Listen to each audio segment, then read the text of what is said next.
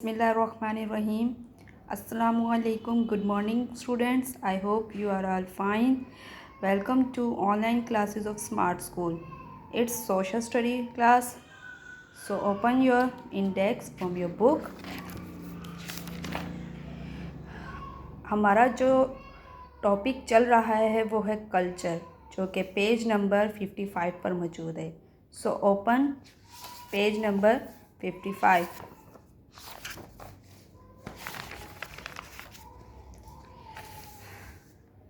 Last class में हम page number 55 की रीडिंग कर चुके हैं. सो अब हम नेक्स्ट पेज पे जाएंगे, पेज नंबर 56. इस पेज पर आज की डेट मेंशन कर लीजिए.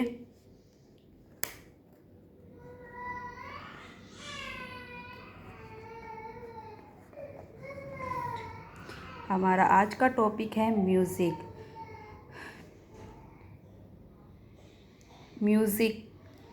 म्यूज़िक हर शख्स को तकरीबन पसंद है. म्यूज़िक हम खुशी के मौक़ों में इस्तेमाल करते हैं. जैसे कि शादी ब्याह होती है तो हम लोग म्यूज़िक लगाते हैं और म्यूज़िक से हम एंटरटेन भी होते हैं, रिफ़्रेश भी होते हैं. तो म्यूज़िक एक सकाफ़त का अहम हिस्सा है. चलें आए रीडिंग स्टार्ट करते हैं. The Pakistani music ranges from provincial folk music, ghazals, qawwali to western music in the form of rap and pop. Afghan refugees in the western provinces have rekindled Dari music. Some of the famous singers of Pakistan are Reshma, Alan Fakir, Akhtar Janal Zahri, Alam Lohar, Faiz Mohammad Baloch, Mehdi Hassan, Noorjahan, Abida Parveen, Atif Aslam, Alamgir. Qawwali, also spelled Qawwali, is an energetic musical performance of Sufi Muslim poetry that aims to lead listeners to a state of religious space. It was mainly performed at Sufi shrines and dargahs. The music was popularized outside of South Asia in the late 20th century, owing largely to its promotion by the efforts of Aziz Mia, Nusrat Fateh Ali Khan and Sabri brothers. Pakistani मौसीकी जो कि पाकिस्तानी मौसीकी पे गज़ल्स में folk music का मतलब होता है लोक म्यूज़िक.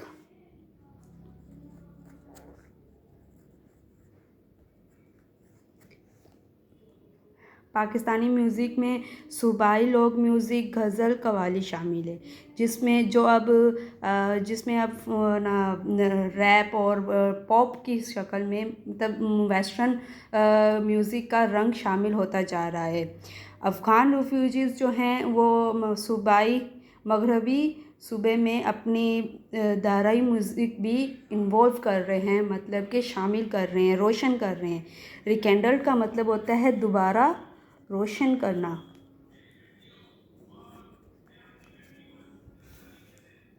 अब जब some of the famous singers of Pakistan are, अब जो कि रिसेंट मतलब कि इनमें से बहुत से ऐसे हैं जो अभी ज़िंदा हैं.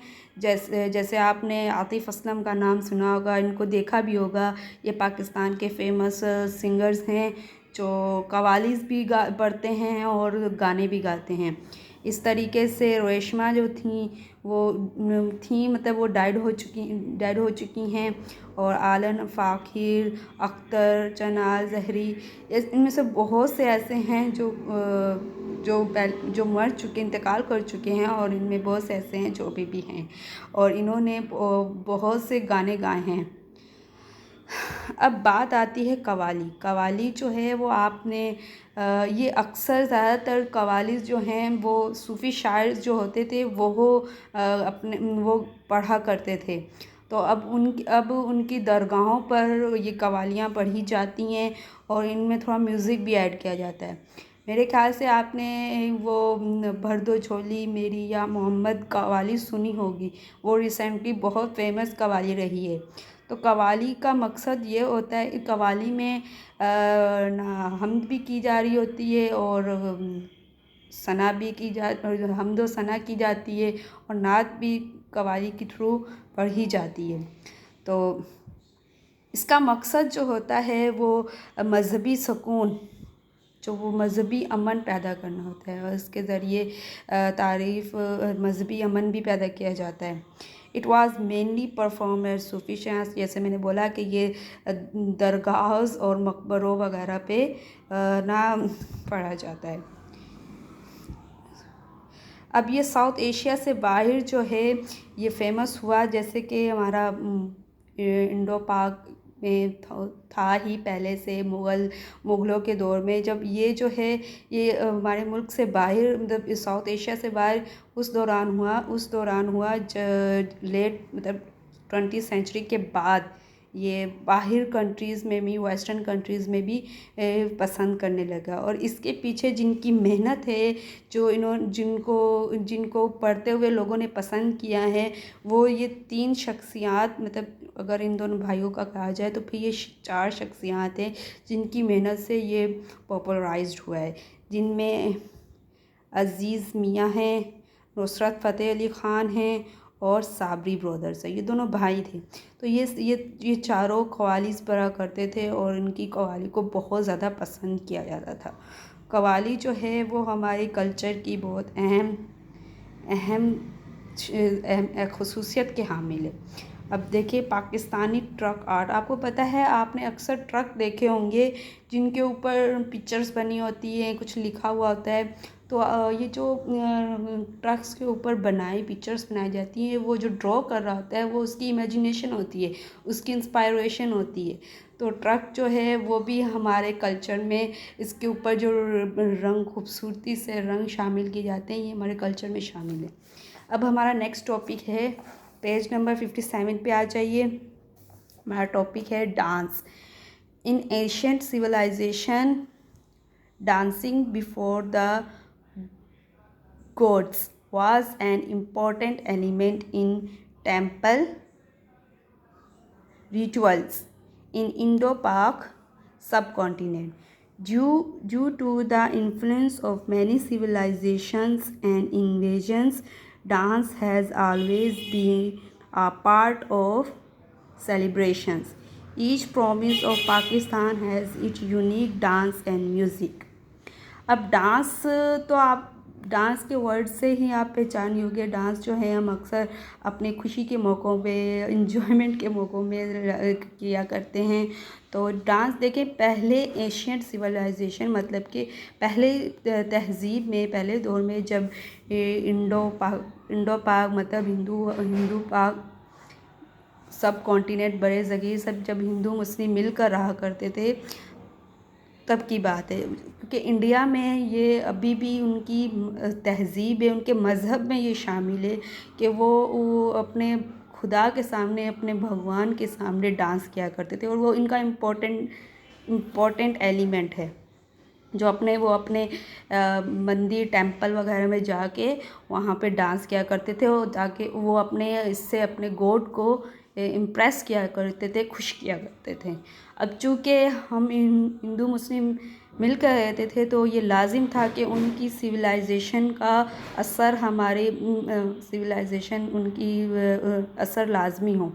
तो इसलिए डांस जो है वो इम्पोर्टेंट पार्ट बन गया। अब हर पाकिस्तान की प्रोविंस का अपना एक और यूनिक डांस है, अपना मखसूस और अलग तरीके का डांस करते हैं। जैसे कि बलूचिस्तान में जो डांस किया जाता है वो तरीका अलग होता है।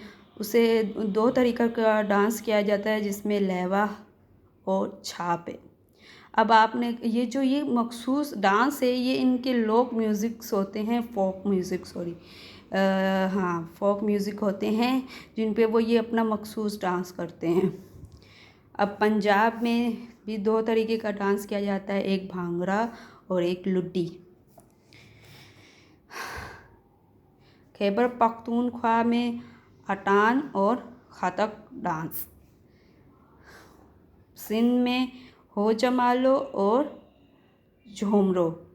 तो अगर आप में से कोई भी ये डांस रियल में देखना चाहता है तो आप प्लीज़ अपनी इंटरनेट सर्विस को यूज़ कीजिए और इनमें से अपना डांस मेरे ख्याल से आप लाजमी देखेंगे ये डांस कैसे होता है। बहुत ही ज़बरदस्त और यूनिक स्टाइल में ये डांस होता है और सबका डांस अपनी जगह पे बहुत ज़्यादा पसंद किया जाता है और ये डांस उनकी सिविलाइजेशन को, मतलब उनकी तहज़ीब को रिकॉग्नाइज़ किया जाता है। होप कि आप लोगों को आज की क्लास से फ़ायदा मिला हो। कुछ भी क्वेश्चन करना हो लाजमी पूछ लीजिएगा और इन दोनों चैप्टर्स को अच्छी तरीके से रीडिंग करें और जो भी सवाल हो, जो भी कुछ पूछना हो ज़रूर पूछें। मेरी तरफ से खुश रहिए, घर पे सेफ रहिए और इन दोनों पेजेस की रीडिंग लाजमी कीजिए। खुदा हाफिज़।